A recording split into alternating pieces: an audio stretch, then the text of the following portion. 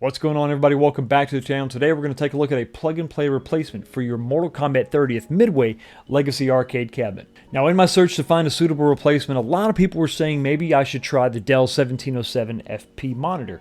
And I did, but here's the problem. You're not really going to find an FP. You're going to find an FP with some sort of a suffix. So in my case, I tried the FPC and the FPT.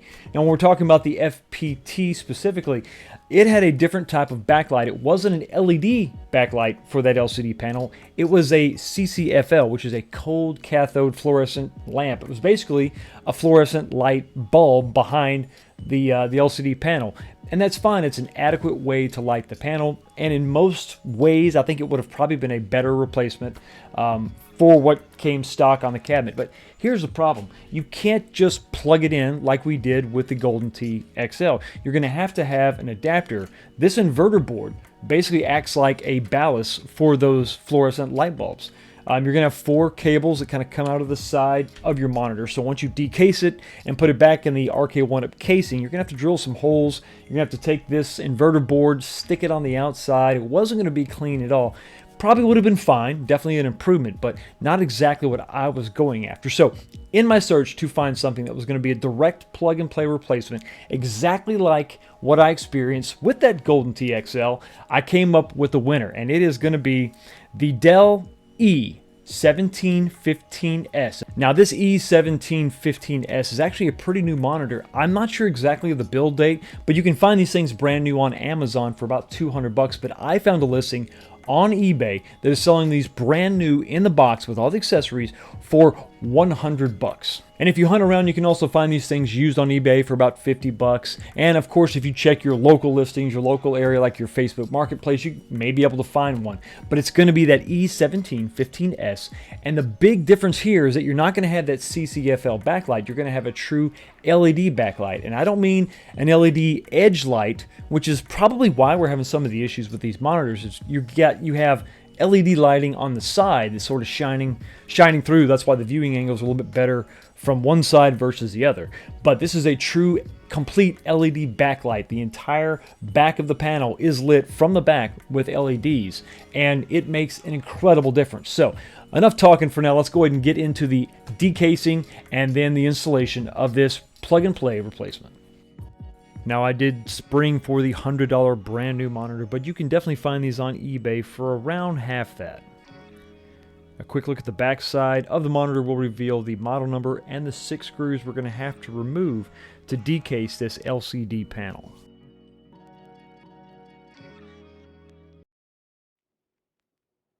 So with all those screws removed, it's time to separate the 2 plastic halves that sandwich the LCD panel. So I started by inserting a guitar pick about 3 or 4 inches up from the corner, and then used another small plastic pry tool to just release the tabs that hold these 2 pieces together.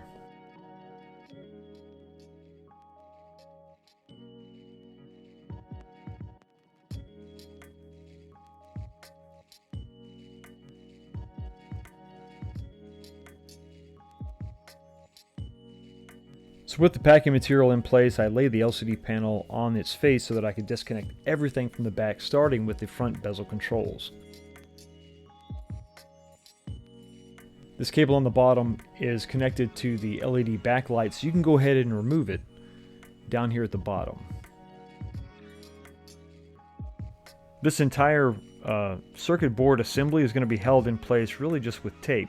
So go ahead and remove all the tape, and then be very gentle with the ribbon cable that actually connects up here. This is going to be where your LVDS cable off of your stock Arcade1up monitor will connect.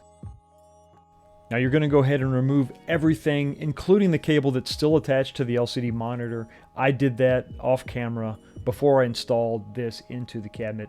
And here's a closer look at some of the information on this panel.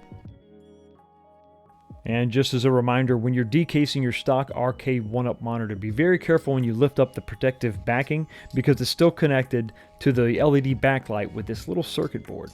Now with all that done, just swap out the 2 LCD panels, and then we'll see how it looks inside the cabinet.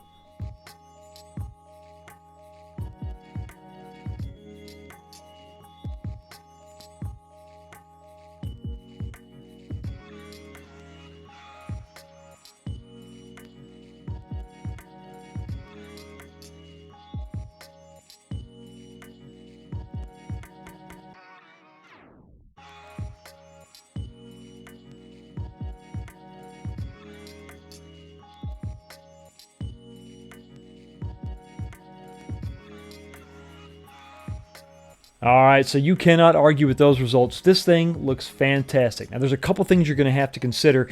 If you're going to do this to a fully assembled Mortal Kombat 30th cabinet, it's not going to be as easy as the Golden TXL. You're going to have to lay this thing down, take the side panel off to get to the monitor. It's just unfortunately something you're going to have to contend with because of the way this is constructed. So let me know what you think about this in the comments section below. Should we even have to do it at all? Is it too expensive? Does the price point of the cabinet make this a doable mod? Let me know all that stuff in the comments section. Hey, thank you so much for stopping by and checking out the channel. Y'all have a blessed day, and I will see you next time.